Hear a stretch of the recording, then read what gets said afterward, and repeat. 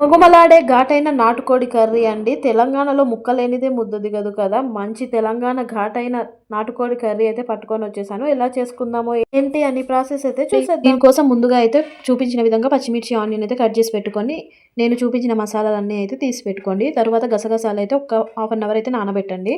తర్వాత మనం కొద్దిగా కొబ్బరి తురుము, మనం ఇందాక చూయించిన మసాలాలు, గసగసాలు యాడ్ చేసి కొద్దిగా వాటర్ అయితే వేసి పేస్ట్ లాగా మెత్తగా అయితే ప్యూరీలో పట్టుకోండి. ఇప్పుడు ఒక కుక్కర్ అయితే తీసుకొని 3 స్పూన్స్ ఆయిల్ అయితే యాడ్ చేసుకున్నాను. తర్వాత దాంట్లో కట్ చేసి పెట్టుకున్న ఆనియన్స్ ఇంకా పచ్చిమిర్చి యాడ్ చేసుకొని గోల్డెన్ బ్రౌన్ కలర్ వచ్చే వరకు బాగా వేయించుకోవాలి.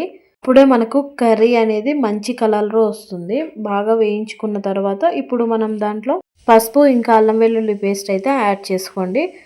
2 స్పూన్స్ అల్లం వెల్లుల్లి పేస్ట్ అయితే యాడ్ చేసుకోండి. ఫ్రెష్గా ఉన్నదైతే మనకి ఇంకా చాలా బాగుంటుంది టేస్ట్ అనేది కర్రీ. ఇది ఒక్కసారి బాగా మిక్స్ చేసుకొని మనకి ఈ అల్లం వెల్లుల్లి పేస్ట్ అనేది పచ్చివాసన పోయే వరకు ఉంచుకోవాలి. తర్వాత మనం బాగా వాష్ చేసుకొని కాల్చిపెట్టుకున్న నాటుకోడి ఉంటుంది కదా, అదంతా దీంట్లో అయితే యాడ్ చేసుకోవాలి. ఒకసారి అయితే మొత్తం కలిసేలాగా బాగా మిక్స్ చేసుకోండి. ఇప్పుడు విజిల్ పెట్టకుండా కుక్కర్ మీద మూత అయితే ఉంచుకొని ఒక 10 to 15 మినిట్స్ అయితే ఆ చికెన్ అయితే బాగా ఆయిల్లో మగ్గనివ్వాలి. తర్వాత మూత తీసి ఒక్కసారి కలుపుకుంటే మనకైతే ఒక 20% వరకు మనకి కర్రీ అయితే ఉడికినట్టుగా కనిపించాలి. ఇప్పుడు దాంట్లోనే మనం 3 స్పూన్స్ కారం, కొంచెం కల్లుప్పునైతే యాడ్ చేసుకుంటున్నాం. మీరు స్పైస్కి తగ్గట్టుగా కారం అయితే యాడ్ చేసుకోండి. ఇలా ఒకసారి బాగా మిక్స్ చేసిన తర్వాత ఒక 2 గ్లాసెస్ ఆఫ్ వాటర్ అయితే యాడ్ చేస్తున్నాను.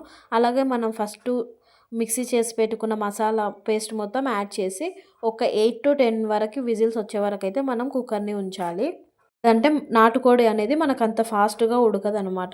ఇప్పుడు 8 విజిల్స్ తర్వాత మూత తీసి చూస్తే మనకి ఇలా ఆయిల్ అనేది పైకి వచ్చినట్టుగా కనిపించాలి. తర్వాత కొత్తిమీర యాడ్ చేసుకొని కొద్దిగా గరం మసాలా యాడ్ చేసుకుంటే చాలా టేస్టీగా మంచిగా జ్యూసీగా నాటుకోడి అయితే రెడీ అయిపోతుంది. తప్పకుండా ట్రై చేసి ఎలా వచ్చిందో కామెంట్ అయితే చేసేయండి. సాల్ట్ కొద్దిగా తక్కువ అనిపిస్తే ఎండింగ్లో అయితే యాడ్ చేసుకున్నాను. దీంట్లో మనకి ఎగ్స్ కూడా వచ్చాయన్నమాట, నాటుకోడి ఎగ్స్.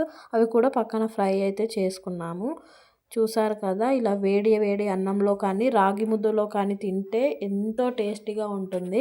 ఇప్పుడు వాయిస్ ఓవర్ ఇస్తుంటే కూడా నోట్లో అయితే వాటర్ వచ్చేస్తున్నాయి, అంత టేస్టీగా ఉంది. అసలు ఆ స్పైసీ అదంతా చాలా బాగా కుదిరింది. తప్పకుండా ట్రై చేసి ఎలా వచ్చిందో కామెంట్ చేయడం మాత్రం మర్చిపోవద్దు.